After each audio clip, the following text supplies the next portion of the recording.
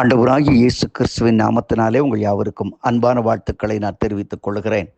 மற்றொரு இனிய காலை பொழுதை உங்களை சந்திப்பதில் மிகுந்த மகிழ்ச்சி. கர்த்தர் இந்த நாளை ஆசீர்வாதமாய் மாற்றுவாராக, நன்மைகளினால் நிரப்புவாராக.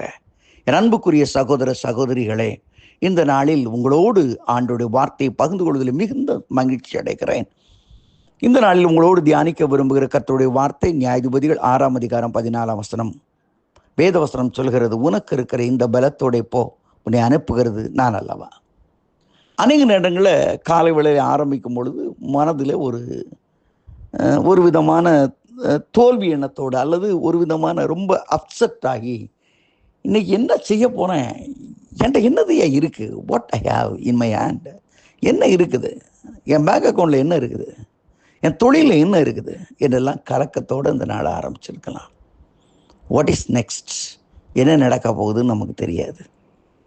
இங்கே பாருங்கள், கிதியோனுடைய வாழ்க்கையில் அப்படி தான் இருந்தான். ஒரு வாலிபன், நல்ல நல்ல திடகாத்திரமான ஒரு மனுஷன். ஆனாலும் அவனுடைய உள்ளத்தில் மீதியான உள்ள நம்மளால் மேற்கொள்ள முடியாது, எதிரிகளை மேற்கொள்ள முடியாது. ஆனால் நம்ம பொழப்ப நம்ம பார்ப்போம்னு சொல்லி அதிகாலையில் இருட்டோட எழும்பி வயலுக்கு போய் அறுவடை பண்ணிடுவோம், கொஞ்சம் பொழுது பிடிச்சா எவனா நம்ம மூஞ்சை பார்த்துட போகிறான், சண்டைக்கு வந்துட போகிறான்னு சொல்லி வேகமாக அறுவடை செய்து கொண்டு இருக்கிறான். அந்த வீட்டில் கர்த்தர் தரிசனமாகி சொல்லி இருக்கிறார், பராக்கிரமசாலியை கர்த்தர் உன்னோடு இருக்கிறார். அவன் கேட்குறேன், யாரை பார்த்தியா பராக்கிரமசாலின்னு சொல்கிறார்.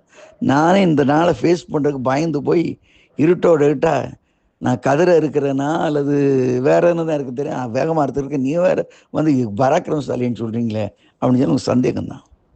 ஆண்டவர் சொல்லுகிறார், நான் உன்னை அனுப்புவேன்றார். இது வேற சொல்கிறீங்களா, நான் என் பொழப்பே முடியாதுன்னு இருக்கேன், இல்லை வேற இன்னும் அடுத்தவங்களும் நான் ஆசீர்வாதம் மாற முடியுமா?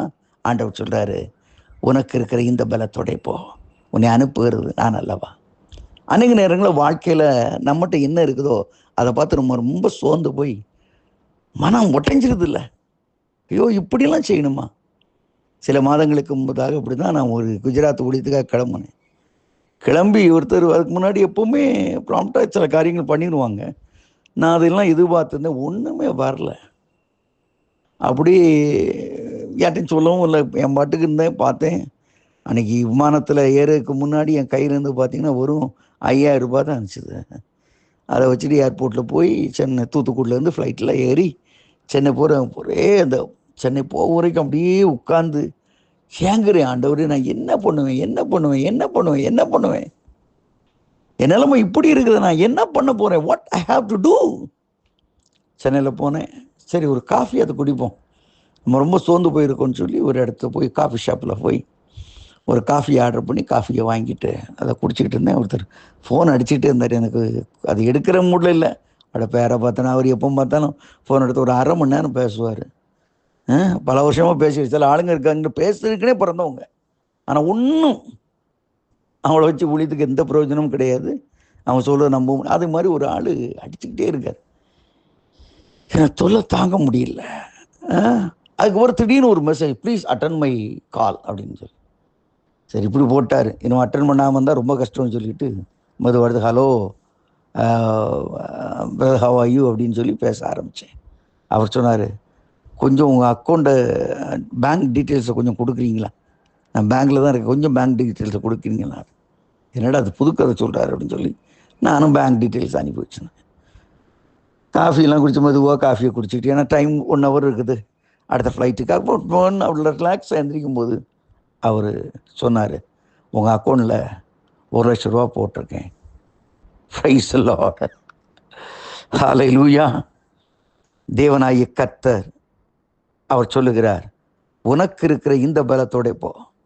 அன்னைக்கு என் லெவல் ஒன்றுமே இல்லைங்க, ஒன்றுமே இல்லை. நிறைய சமயங்களை இந்த குஜராத்துக்கு போகும்போது பார்த்தீங்கன்னா எல்லா சமயம் நல்லா இருக்கும். குஜராத் ஊழியத்துக்கெல்லாம் போயிட்டேன்னா போகும் சில நேரங்களில் ஐயோ தரித்திரத்தின் உச்சகட்டமே வந்து விடும்.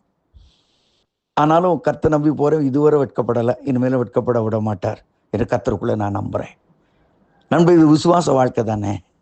ஆண்டவர் சொல்கிறாரு, ஒன்றை நம்பி நீ போகாத, என்ன நம்பி நீ போ, அனுப்புகிறது நான் அல்லவா. Praise the Lord. இன்னைக்கு உன் வாழ்க்கையை உனக்கிட்ட இருக்கிற பேங்கை கொண்டு, உன்கிட்ட இருக்கிற ஸ்ட்ரென்த்து, உன்கிட்ட இருக்கிற பலத்தை வச்சு நீ இறங்காத மகனே மகளே, நீ தோல்வி கண்டுருவ. கர்த்தர் உன்னோடு இருப்பாரானால், ஐ ஆம் தட் ஐ ஆம் யாவே உன்னை அனுப்புவாரானால், அவர் இருக்கிறவராகவே இருக்கும். இயேசு கிறிஸ்து நேற்றும் இன்றும் என்றும் மாறாதவர். அவர் ஒன்று அனுப்புறான்னா காரியத்தை மாற்றி அமைப்பார். ஹல்லேலூயா, ஹல்லேலூயா. இந்த மாதத்தில் எவ்வளவு தேவைகள் என்பதெல்லாம் எனக்கு தெரியும். ஆனால் இதுவரைக்கும் நான் கலங்கலை. ஏனென்றால் நான் ஆராதிக்கிற தேவன் யெகோவா ஈரே, என் குறைவுகளை நிறைவாக்குறவர். அவர் என்னை ஒரு ஊழியத்தை கொடுத்தால் அதை நிறைவேற்றி முடிக்க அவர் வல்லமை உள்ளவர். அவர் கொடுத்த திட்டத்தை அவர் நிறைவேற்றி கொடுக்க வல்லமை உள்ளவர். அதை நம்பி நாங்கள் செயல்படுகிறோம். இதே போல் இன்னைக்கும் உங்கள் வாழ்க்கையில் என்னதோ உங்கள் ஸ்ட்ரென்த்தை பார்க்காங்க. யெகோவா ஈரே குறைகளை நிறைவாக்க கூட இருக்கிறார். யெகோவா நிசி ஜெயம் கொடுக்கிறவன் கூட இருக்கிறார். யெகோவா ரஃபா உன் வியாதிகளை குணமாக்குறவனோடு கூட இருக்கிறார். யெகோவா ஷாலோம் சமாதானத்தை நிரப்புறவன் கூட இருக்கிறார். யெகோவா ஷம்மா கைவிடாத தேவனாகி என்றும் உன்னோடு இருக்கிறவனோடு இருக்கிறார். இந்த பலத்தோட இந்த நாளுக்குள்ளே போ. கர்த்தர் ஒரு ஜெயத்தின் நாளாய் மாற்றுவார். துக்கங்கள் சந்தோஷமாய் மாறும். ஆமேன், ஆமேன், ஆமேன்.